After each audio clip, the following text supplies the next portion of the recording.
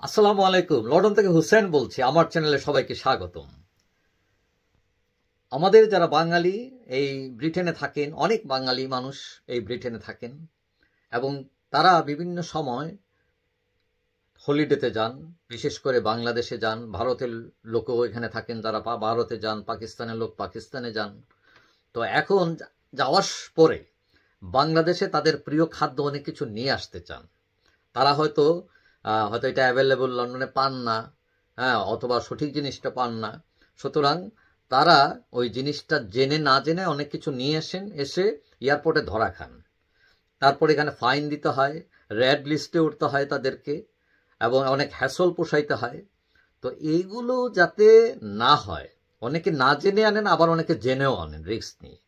আমি বলবো যারা জানেন অবশ্যই ওই দিকে যাবেন না, কারণ আপনি গিলটি হবেন কেন? এটা এক ধরনের ক্রাইমও, যে আপনি জেনে শুনে একটা অপরাধ করছেন। এবং অনেক জিনিস আছে যেটা আমরা আসলে না করলেও পারি। যেমন আমি গতকালই দেখলাম যে বাঙালি এক মহিলা 20 কেজি গরুর মাংস নিয়ে আসছেন বাংলাদেশ থেকে। তো এখন তিনি জেনে আনছেন কিনা এটা আমি জানি না, কিন্তু গরুর মাংস কিন্তু আনা নিষেধ।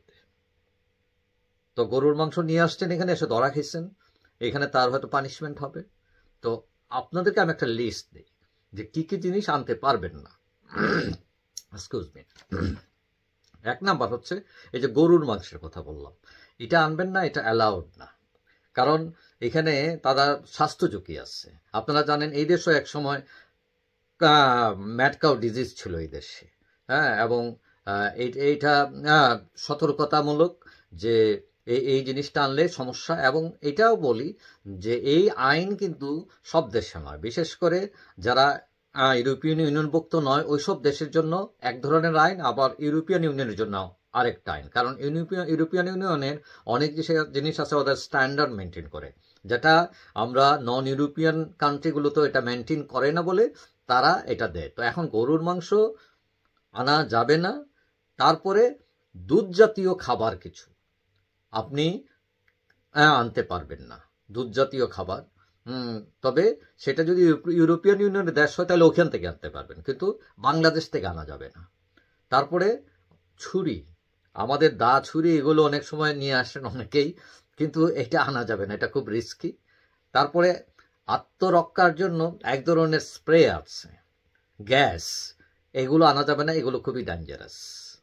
তারপরে অপরিশোধিত ডায়মন্ড, এটা আনা নিষিদ্ধ। তো যারা হয়তো বিশেষ করে মহিলারা, তারা হয়তো লোভে পড়ে নিয়ে আসতে পারে, ডায়মন্ড সস্তা পাইছি, কিন্তু এগুলো আনা যাবে না, এটা আইন বহির্ভূত।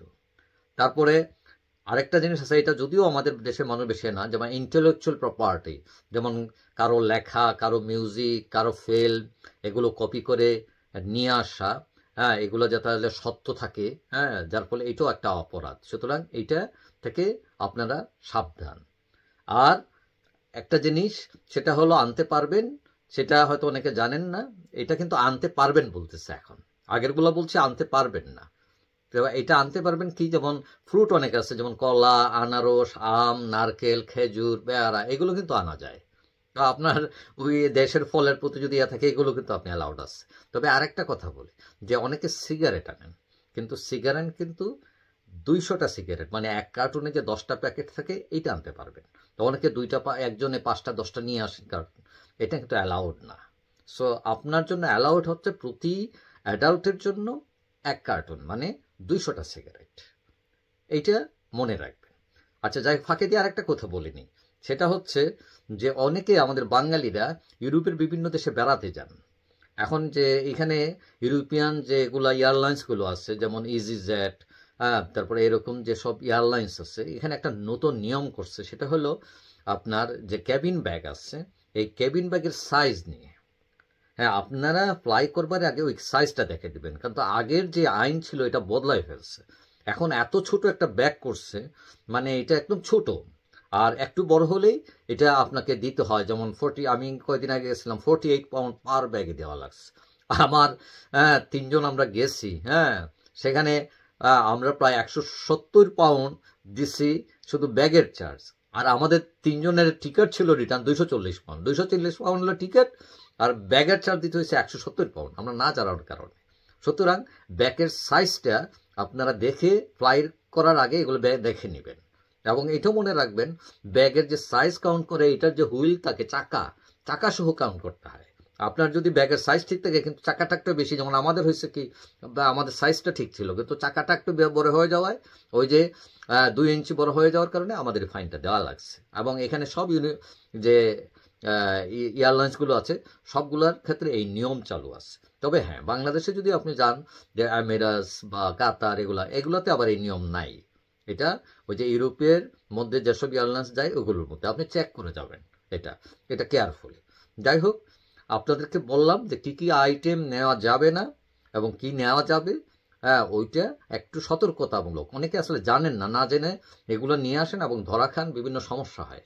যাই হোক, এই কথাগুলো বললাম, যারা জানেন না তাদের হয়তো কাজে লাগতে পারে। যাই হোক, সবাই ভালো থাকবেন। আর যারা আমার চ্যানেল সাবস্ক্রাইব করেন না, এই চলে করে রাখতে পারেন, তাহলে পরবর্তী ভিডিও আপনার কাছে অটোমেটিক চলে যাবে। সবাই ভালো থাকবেন। আল্লাহ হাফেজ।